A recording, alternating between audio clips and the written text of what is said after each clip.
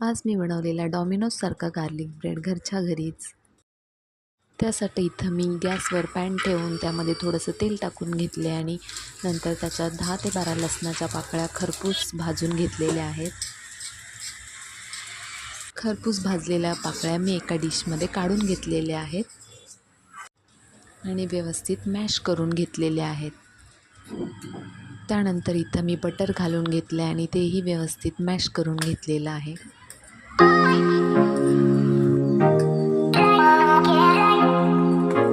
Butter व्यवस्थित mash झाल्यानंतर ह्याच्यात मी थोडासा ऑरिगॅनो टाकला आहे.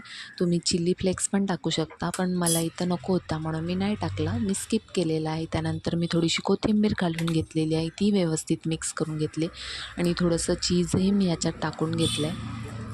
गार्लिक ब्रेड बनवण्यासाठी मी इथं ब्राऊन ब्रेड वापरलेले आहेत आणि हे मिश्रण मी व्यवस्थित त्याच्यावर लावून घेतलं आहे आणि इथं भरपूर सारं चीज त्याच्यावर किसून घेतलेलं आहे.